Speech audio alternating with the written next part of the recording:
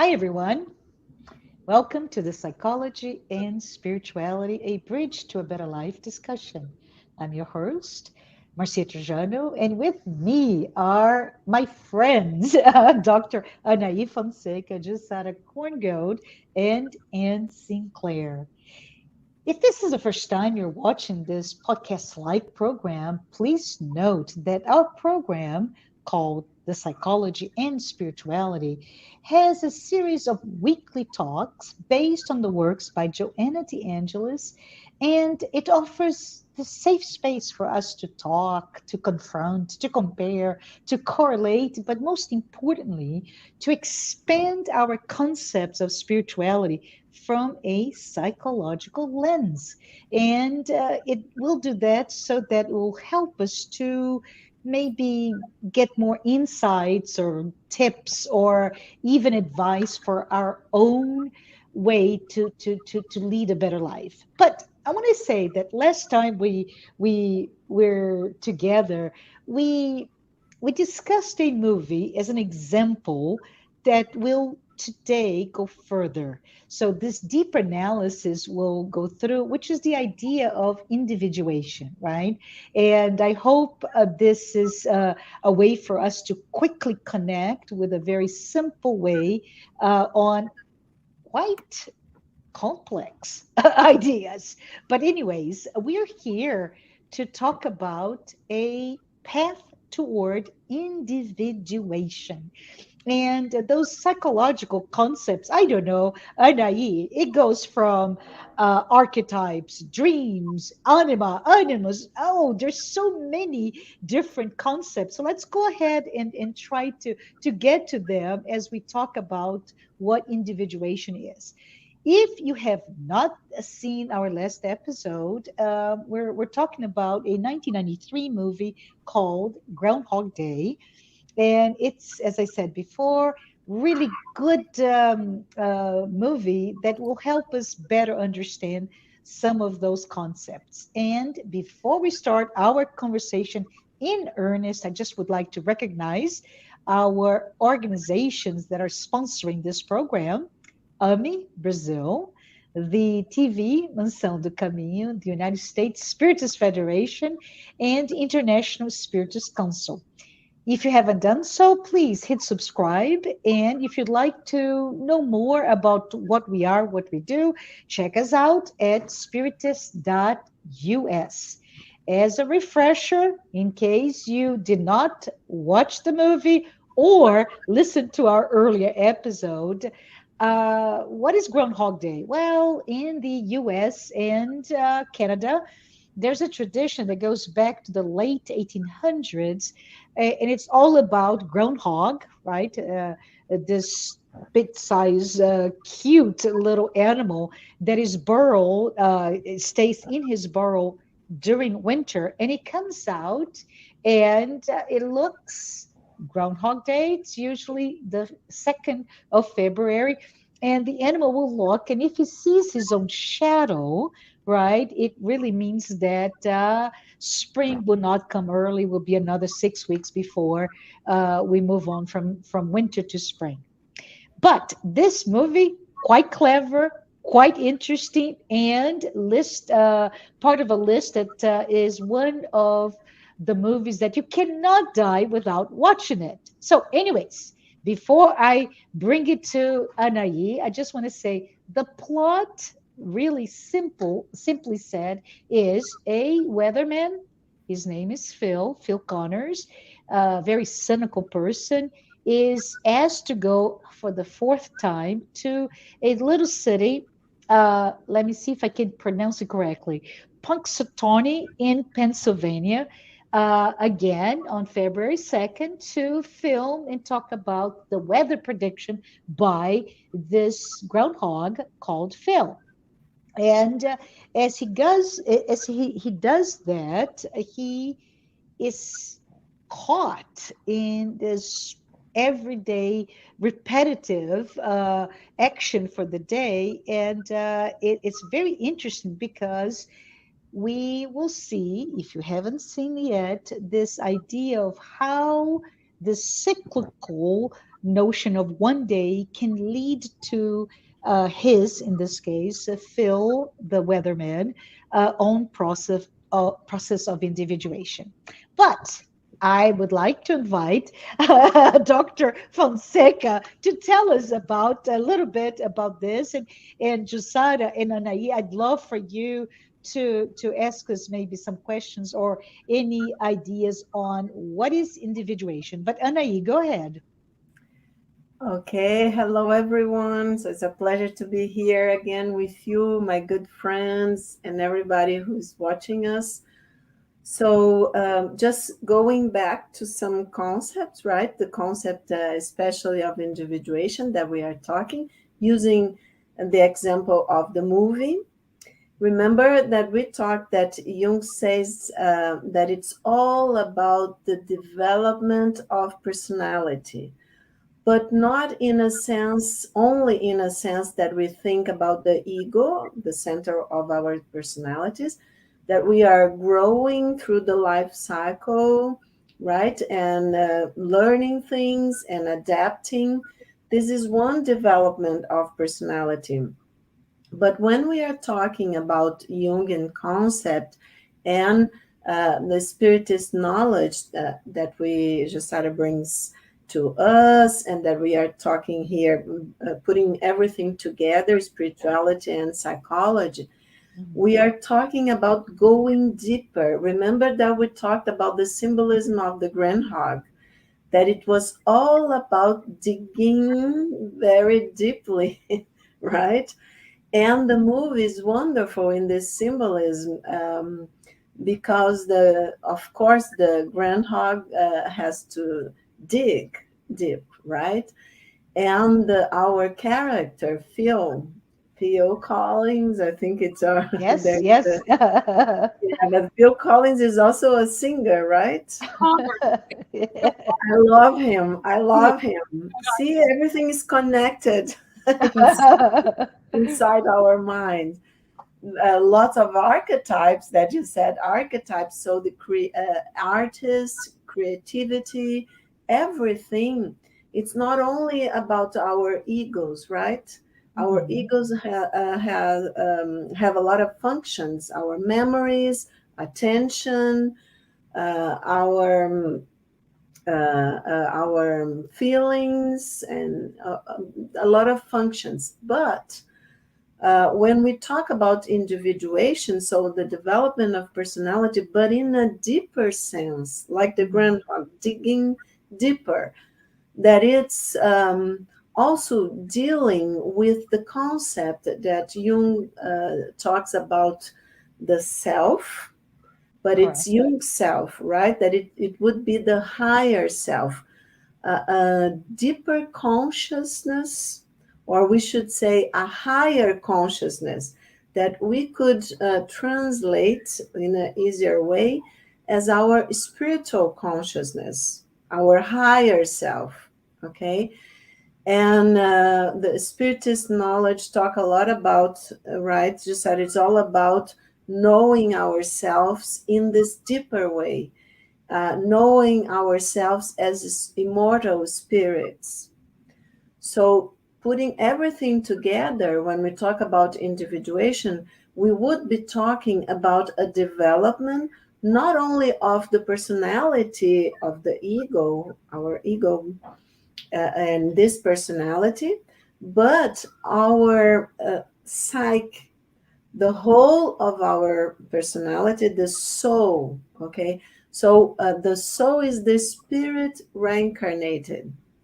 So we Mhm. are talking also about this wonderful experience and opportunity that we have to evolve our spirits. And when we are here reincarnated, we are in a duality, right? Because we are matter and we are spirits. Just that I know, and also, and we will be talking a lot about that. So how do we put together all these opposites that we live in this experience? So, putting together, joining spirituality and spiritist knowledge and psychology, depth psychology, right? That Jung already considered that we have a higher self, let's say the self, Jung self, is that consciousness that is deep within our unconscious and that is connected to what he called the collective unconscious. So our heritage that put a spiritual heritage that put us all together as brothers and sisters. So the process of individuation would be how in this life we evolve.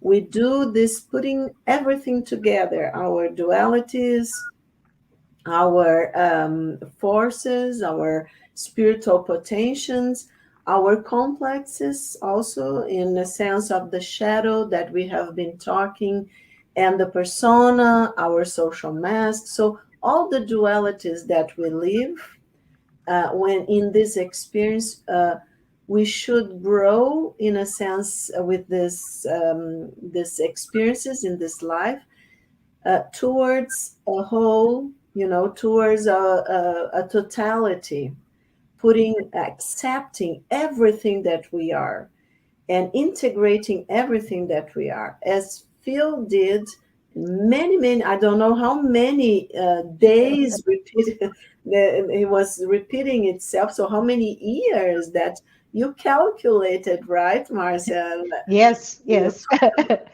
To learn the classics, to learn not only cognitive things, the classics, and to learn how to speak in French, the French poets, but also and mainly to learn how to love. How not only I love myself, but I love my neighbor, how I love someone without projecting aspects of myself, because if I project a lot, it's a narcissistic love, right?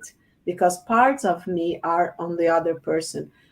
So Phil had to learn all of this. So the day kept repeating itself. So, but in talking about the immortality of the spirit, Jussara, we could say, right, that the many reincarnations are like in the movie, the many days that repeat itself until we learn. Couldn't we say that, Jussara? What do you think? Yeah, absolutely. And I was thinking while you were explaining in terms of individuation, if it could, a question, if it could be right to say, more in lay terms, but, spiritual terms, not Mm. necessarily for those who are not so familiar with these notions of spiritism, spirituality.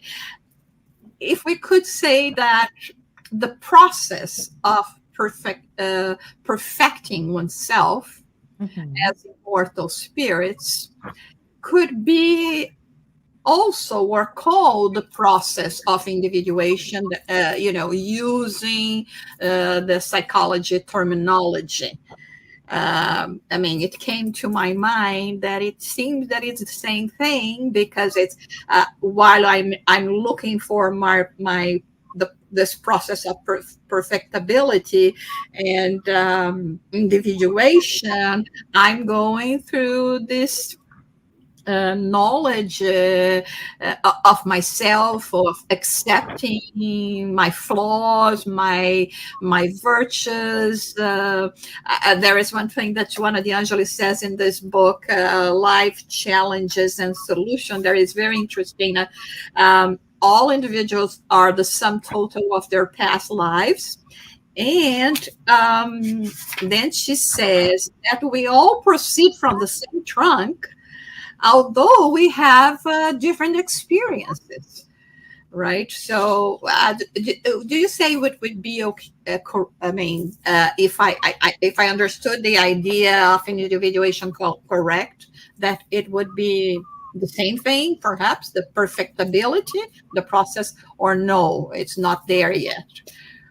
Well, it's a good point that you that you are asking, because, for instance, Jung was, when he talks about individuation, he was not considering in the spiritual sense, right? Correct. Because Yeah. he was talking about the psyche.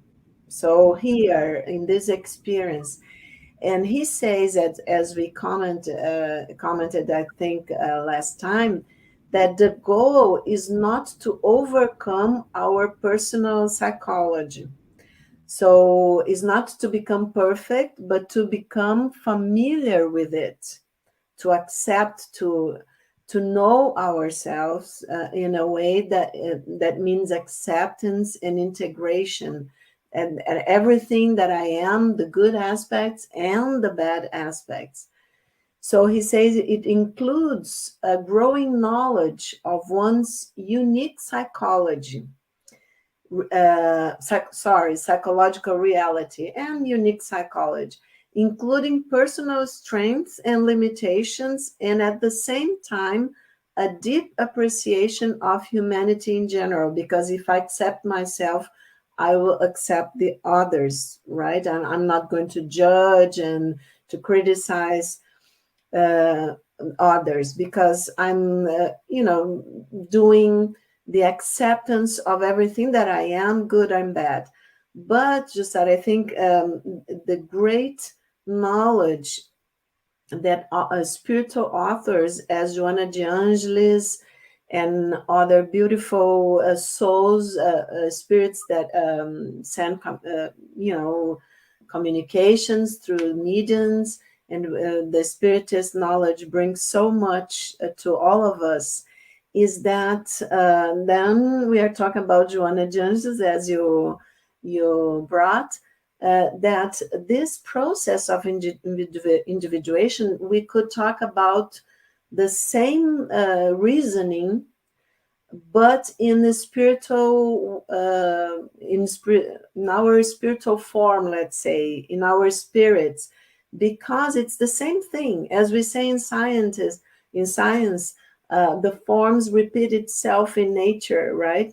So what we live here in our personalities and in our psyches, okay, Jung was going deeper than Freud in this sense, because he was saying that we have not only the ego consciousness, but we have a higher consciousness in deep in our unconscious, that it's, as Joanna says, that it's our spirit, our spiritual consciousness.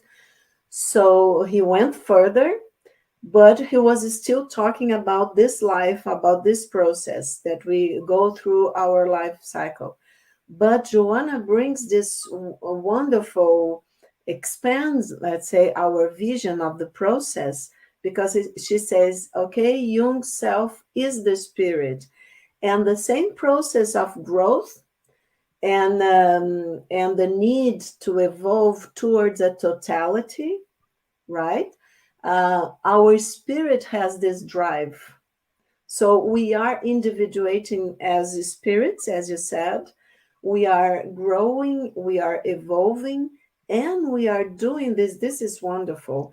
Individually, each one of us, as you said, Jussara, learning in our different reincarnation experiences as spirits, right? We are going to have our own personal, or let's say individual experience in different lives.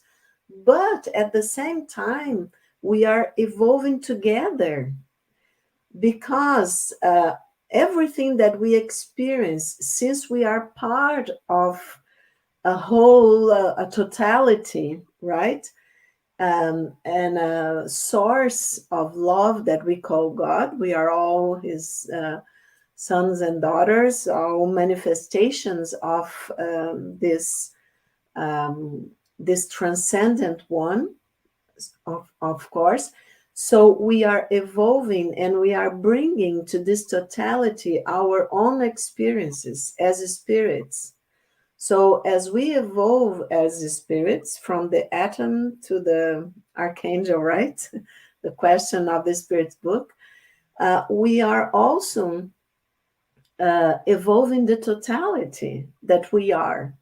So evolution is actually not done individually. It's done even like in the unconscious, and even in the spiritual realms.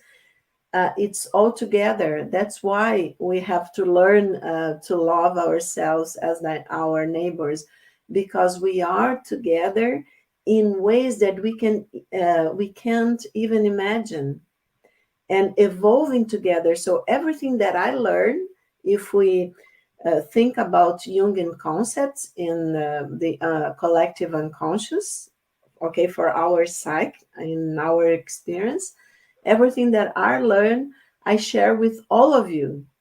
How? In the depths of the soul. It's there in what Jung said, called the collective unconscious, that we call the transpersonal dimension of the psyche. That it's where the spirits exchange all this beautiful knowledge that we are achieving incarnation through our reincarnations. I don't know, is that clear? And I think you would like to say something, and also Mars. Yeah, no, can I say something just to make sure I understand?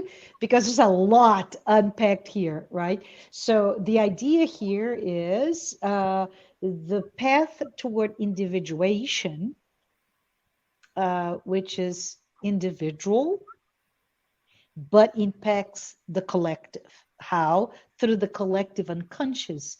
And that the process, which in Spiritism, notably on Joanna de Angelis' book, which she calls into that the path toward perfectibility, in Jungian psychology, this so-called individuation path is really a process by which I become integrated, right? I become whole again, and I integrate with my conscious and the collective unconscious. The thing that I'd love for us maybe to talk a little bit about more, if we have time, is the idea that why do we even have to become one individual? And it's because until we accept of the duality that exists in us, and I think that's how you started today, Anahy, until we really understand the yin and yang, the male, female, the material and spiritual, all that are in many ways conflicting with ourselves, and that's especially represented through all that we repress in our shadow, right? Until we learn to understand that within the duality, however many ways it is expressed, the duality, I'm sorry, until I become one with myself and the all, I won't be able to feel integrated, individuated, and I dare say, perfect. I dare say. What are your thoughts? And do you want to add or comments to this? Maybe I'll take a step backwards. Just I'm just thinking like one of the main questions of the Spirit Spoke is talking about self-knowledge. And I remember the first time I read that question, I thought, well, I know myself. What are they talking about? And that bliss of not actually knowing what you don't know is, it's just like interesting how our pathways grow.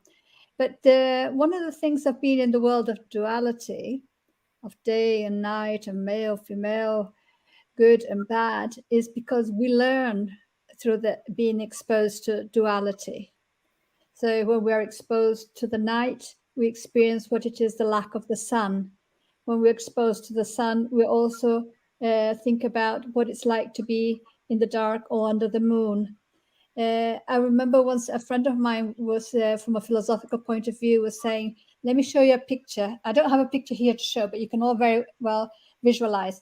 And one picture was of the sun taken straight on. It was woof. It was a very bright picture. You say, okay, picture one. Now, picture two, there's the sun, but there's a cloud in front of it. And you can see all these colors coming from the sun because of the cloud. He says, which picture do you think is the prettiest? Which is the most pleasing to you? And we all said, oh, the one with the cloud. He said, yes, because you are immersed in the world of duality. So that's how you see, and that is how you learn. I thought it was quite a poetic way of putting it. And I think that sometimes, like even in the movie, sometimes the character does some days he lives not a very good life. He does what we would judge as bad choices. He behaves badly, but it doesn't matter because he comes back the next day, and you come back the next day until it dawns on you that that way's not working for you, that maybe you need to try something different. So it's not imposed as a moral sort of drive, but it says when he tries something different, when he tries being kind and loving, then his life becomes meaningful, and then he doesn't worry about that it's only going to last that one day.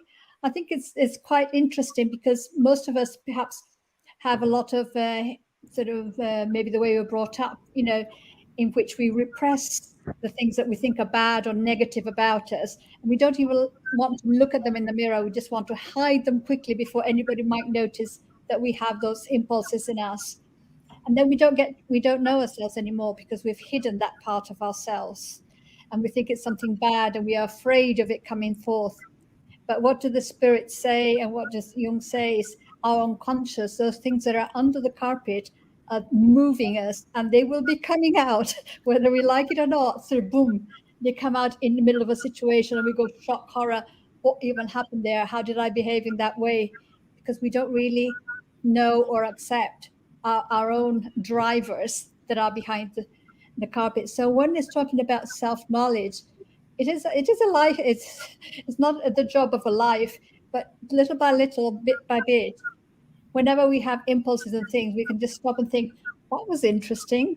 Wonder where that's coming from, and try to, rather than judge, say, oh my gosh, that was really bad, get rid of it, hide it, I hope nobody saw it. Saying that wasn't interesting, and pull it out, and to really have that fascination or that curiosity to say, I wonder why I am moved by something like that. And it's not making a judgment, oh, I must be a bad person if I have that impulse. It's not about, it's saying, yeah, I have that impulse because that is the spirit that I still am. And this is where I am in my evolution. And that's okay because I'm learning and developing. And I find that so comforting to think of it in that way. And that we are all destined to perfection according to the Spiritist teachings, but that the process of individuation can be an active process in which we seek to know not only the world outside, but what is within. So then we start to balance a little bit more, because it's like the iceberg. Everything that's below the iceberg, just because we don't see it doesn't mean it's not there. And that is what's going to cause the Titanic to go down, if you know what I mean. So it's just having that knowledge. Yes, we are this iceberg. We have this bit below the surface. And it's not bad or good. It's just what it is. It's just part of us. And let's see and slowly bring it up and make friends with it, acknowledge it, and say, okay, how can we work together? And thinking about not only when we change and we bring light into our lives, do we change the collective unconscious, but also the collective, because we make that difference in society when we behave in a different way. We influence our families, our colleagues. So we do it on both levels, on the conscious and the unconscious, I would like to say. And the more of us that are trying to understand ourselves, to learn to love ourselves, so that then we can love our neighbors and really transform this world into a place of love, we create that movement that more and more people, then we can bring about a transformation of the whole planet, if you like. So it's interesting. It starts from an individual point, but it does have collective consequences. And I have to say, just go back, sorry, just to go back to the movie again, right? That is exemplified in the end, that impact not only individually, but in the collective. I think it's brilliant. Jussara? Yeah, I don't know if I'm going to be stretching too much, but that's my way of being. I overanalyze everything. So in terms of overanalyzing and using a psychological perspective, I'm thinking that it's not even by chance that the animal has the same name as he has, Phil. Yes. So maybe here we're dealing with a total unacceptance of seeing you more in an animal-like behavior, like when at the beginning he thinks it's so unimportant and he doesn't accept it. And how can an animal? I mean, he tries to hide the animal. He tries to hide the importance of the animal. And then, when we go from the atom to the archangel, right? Yeah, yeah. 540 of the Spirit's book, one of the few that I know by heart. But thinking that even when this story begins to repeating, his way of seeing the celebration, the scene, the feel, groundhog, etc., changes as well, and it becomes an important, and then he starts, growing more in a different direction, and he looks at that as a silly thing, or with more levity. I don't know. I mean, it was just something that came to my mind because I thought, Phil, come on, that is too much. I love it. I love Jussara, the duality, right? The Yeah. highly intellectual, quote unquote, weatherman, right? And the highly animal, non-intellectual animal, the groundhog, Phil, weatherman, Phil, both doing the same thing, predicting the weather, and yet how important it is his rejection of anything that was not rational, it was not intellectual, until when he starts to change, it automatically changes as well. I love it. I You see, love it. at the beginning, Yeah. the animal is more loved and Yeah. accepted than he is. Yeah. Right. Right? Right. He's an obnoxious person, right? Yes. Everyone Yes. loves the animal, but God forbid, Anyway, I think I'm stretching a little bit, but No, and there is a scene where he takes the animal. He says, "You know what? I'm just going to take you." And it's Yeah. just like, okay, I'm going to stop fighting this. I'm going to look at it and let's come with me. Let's be together. And they drive off, which is, yeah. Yeah, and Jussara was talking about over analyzing. I don't want to do that too much.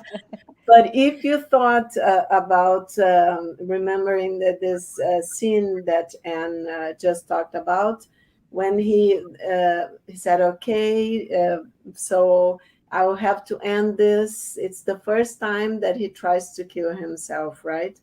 And he puts the groundhog to drive the car.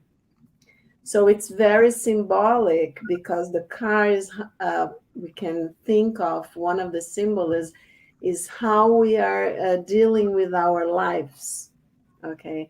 How we are driving through life. Yeah. And then he just puts the groundhog to drive. Remember the scene? And let's end this. And of course, it's beautiful that Jussara realize that it's the same name, Phil, and the groundhog and the main character, because we can say that the animal there is what we call in psychology a psychopomp. It's a Yes. guide of the soul, okay? The animals usually function in myths and fairy tales and legends as guides of the soul, aspects of the, the a part of primitive, if we could say, but that helps the hero to find his way. So I think it's not by chance that the name of the character and the animal, it's great just that you realize that are the same. And you say when he puts the animal to drive the car, okay, and of course he kills himself but he doesn't kill himself because then he sees that the day is repeating. Well, he had already seen the days, but he thought he was able to end it if he killed himself. And we were talking about this last meeting, that it was a wonderful metaphor for the immortality of the spirit. You cannot end, because it's a process, that it's this process of growth that we call individuation, right? Is actually from the spirit, as Joanna de Angelis says. It's the impulse towards totality, towards God, towards the transcendent, to grow, and like Anne was saying, accepting this experience as an opportunity to learn more about duality, about ourselves, right? About this experience. So when he realizes that he is not able to actually kill himself, because it's a metaphor, of course, of immortality, but he thinks he's God. We were talking about that, I think, Len. And this wonderful, it's a kind of very funny dialogue that Rita, as he says, he's eating a lot of junk food and smoking and drinking. And he said, "Oh, I like to see a man in advanced years, losing any interest in health or something like that." And he says, "Well, but I've tried to kill, or something like that, tried to kill myself so many times that I think I'm God." And said, "Well, I have years of Catholic school, and I can tell you are not God." And said, "No, I'm not the God. I think I'm a God." It's very funny. But in a sense that he was still with his ego growing, towards an understanding of what was happening to him. And so he could only think that, okay, so I'm immortal, I'm a God. No, we are children of this transcendent force, but we have to go step by step. And I think this is what he learned. So I would like to bring one more image that I love, since we are talking about this growth of not only of the psyche, Mhm. of the ego, the psyche, and the spirit, right? Mhm. It's Michelangelo's image that he painted in the Sistine Chapel. Yeah. About the fingers, what can you tell us about that, Marcia? Well, Michelangelo, as we know, is represents the height of Renaissance.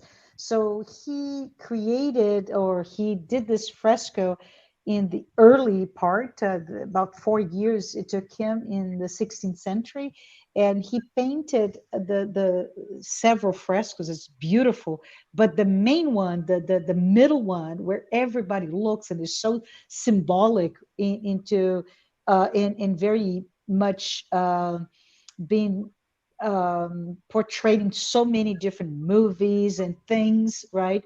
Which is the creation of Adam. And I think it does that, right? Where God from the top tries to touch the hand of Adam. Yes, exactly that. And I don't know if you guys or anyone that is watching us discover who wrote.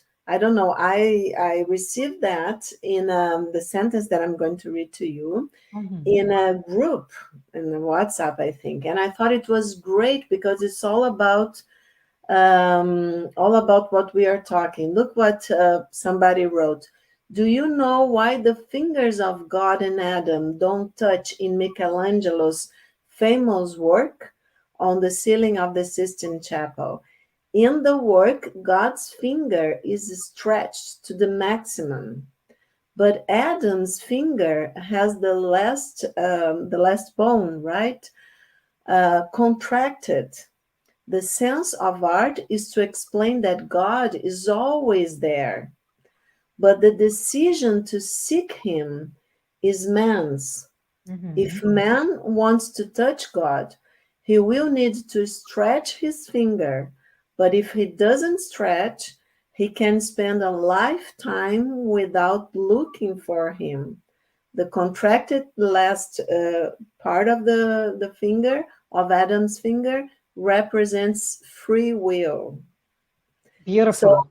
Yeah. isn't that beautiful? I don't know Yeah. who wrote, Yeah. but I think it's a beautiful reflection and has to do with everything that we are talking, and also about what the character in the movie goes through.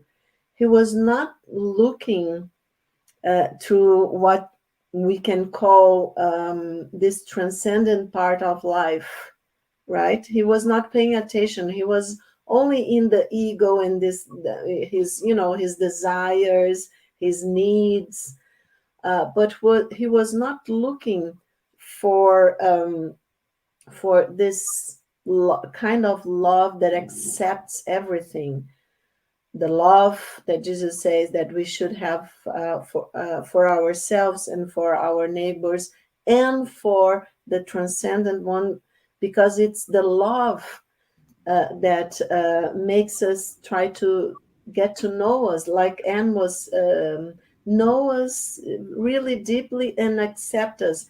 And that moves us, as Joanna says, to understand God, to try to understand in many, many lives, because we are not going to achieve in one life this kind of understanding that it's not only from the mind, but from the heart. I would like to hear you guys about that.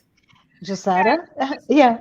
Here, I'm going to stretch it again because one of thing is just one finger, individuation, and the other thing is that normally the index finger means self confidence, self esteem, confidence. So in reaching out, you're still not showing those qualities. You still know that you're not there. I don't know. I mean, I love it.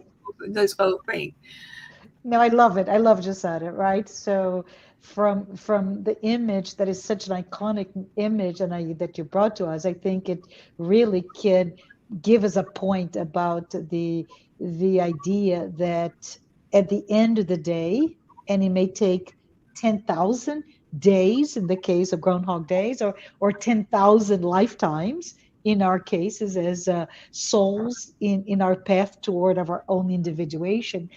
We always will have our own free will. It is no one that will tell you you're ready to do it. It's up to us.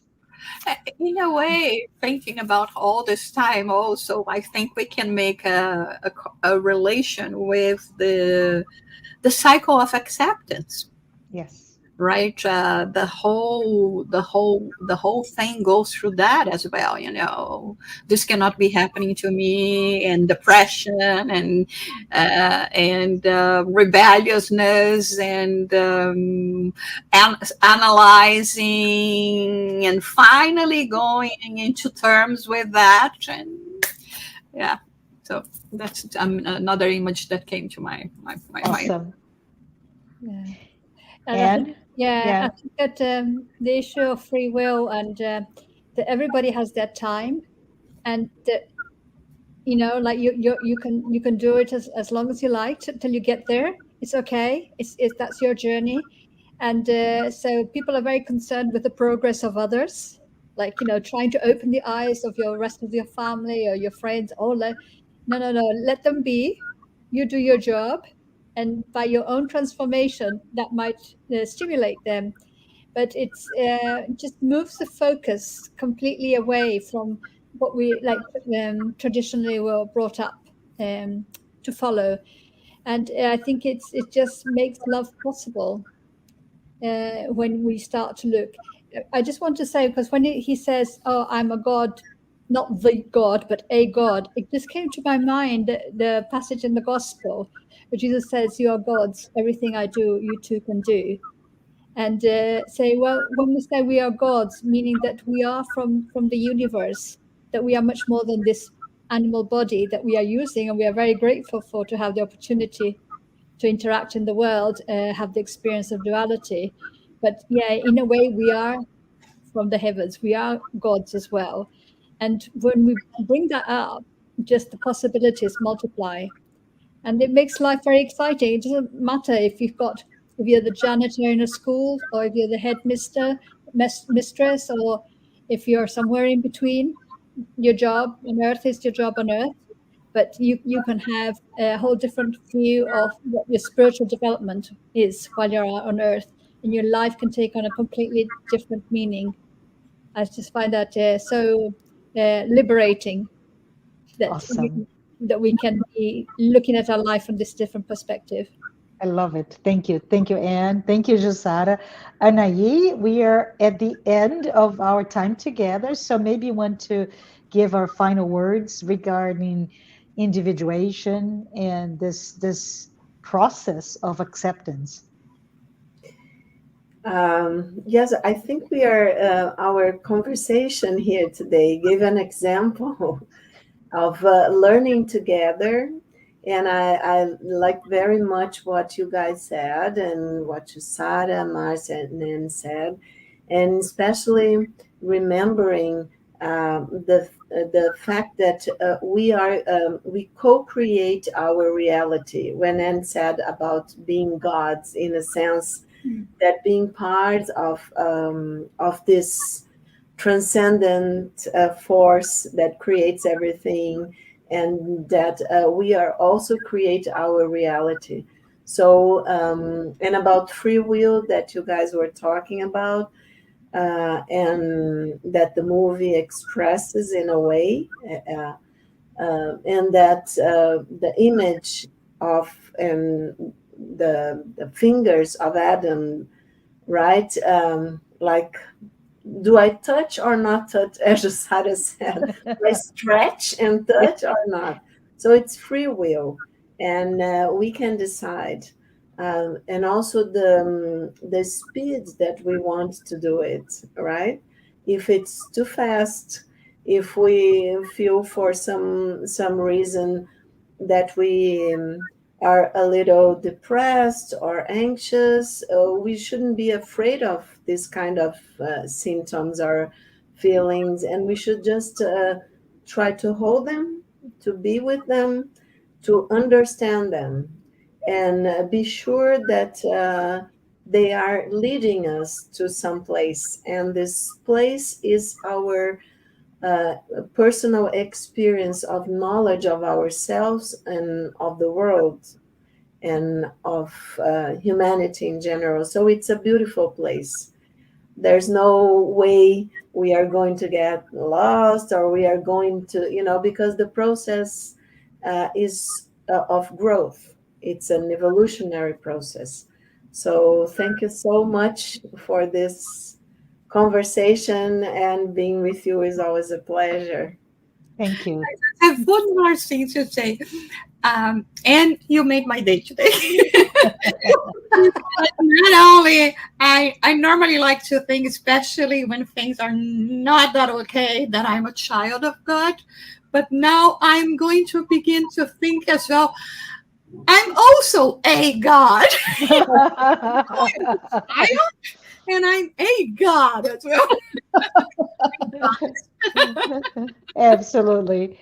Well, everyone, thank you. Thank you for being here with us. Thank you for joining this conversation. And we'll see you next time. Until then. Bye. Bye bye.